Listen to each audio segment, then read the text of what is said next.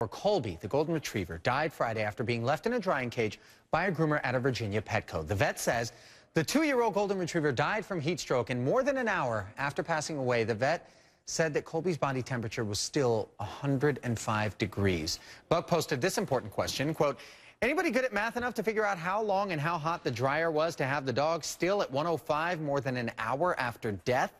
The assistant manager told the dog's owner that the groomer left Colby in the cage to attend a graduation ceremony. Petco is investigating the incident and said, quote, "All of us at Petco are heartbroken by Colby's passing. The health and safety of pets is always our top priority, and we take full responsibility for all animals under our care." Veterinarian Dr. Jeff Werber joins us now via Skype. And the first thing that we want to know, Dr. Werber, is how could something like this happen? You know, sadly, it happens often, too often. As a matter of fact, one of my patients also passed away in a drying cage. And I think the problem is that the groomers are either getting too busy or too lazy. And there are some very simple solutions that they are obviously not taking into consideration. Number one, a timer. One of the first things that often goes on some of these old dryers is the timer. Well, you can get a wall timer and plug the dryer into a timer, and this can be easily avoided. Interestingly, many of us, myself included in my hospital, we do a lot of grooming. What we've done is we've changed dryers to dryers that do not have heating elements. The problem is, as you mentioned, it has to be pretty darn hot to get a dog to 105, 106, 107 degrees, and that's because of the heating element. And what we do is we use dryers that don't have heating elements, so the only thing that is heating the dog up is the warm air generated by the electric motor itself. And these are much safer, and dogs can be in these dryers for a long time. The problem is, for many groomers, is they don't want to keep dogs in dryers for that long, because then that prevents them from getting the next dogs into the dryers. So, Dr. Werber, you know, 103.5 degrees is what is normal temperature for a dog. To be at 105 an hour after passing on, what does that tell you about exactly how hot it got in there for Colby? No, clearly, I mean, it's too high. It all depends on how long it's going to take for a temperature to drop under what conditions.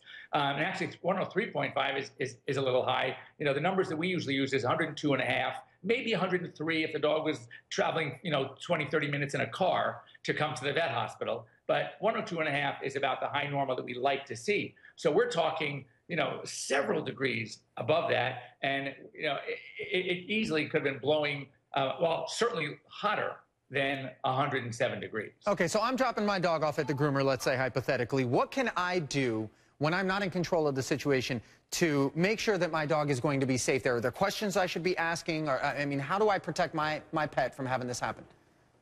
First of all, I would ask, do you towel dry the dog first? Secondly, what type of dryer do you use? Do you use dryers with heating elements or just warm air dryers? And if the answer is dryers with heating elements, what type of timers do you use? And do you have a backup timer that goes into the wall plug, as well as a timer that's built into the dryer?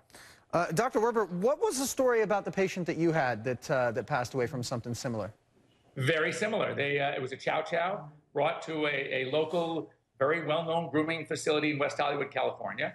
And they left the dog in the dryer too long. The groomer got busy, was distracted, and before you know it, he forgot that the dryer was still on and the dog was still in the dryer, and again, died of heat stroke. And it was extremely sad. It's terrible, because this is a problem. There are so many things that we have to deal with that are unforeseen. This one is a no-brainer. This one can easily have been prevented. All it took was a little bit of care and concern.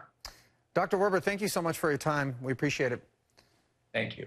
Yes, you've got, you've got a pet, you've got a dog, you drop, why am I doing that? Right? Yogi, yes. This breaks my heart, even hearing this story. And one thing that I try and do just to avoid any sort of situation like this is I groom Yogi myself, basically. So here in Atlanta, we're lucky to have those places where you can actually bathe your dog in various dog stores. You take them, they have a huge bath. You can do it all on your own. So you know exactly what's going on. If you have the opportunity and you can do that and you have the time, I would suggest doing that to avoid this altogether. Just a horribly tragic story for this family. I can't even imagine what they're going through right now.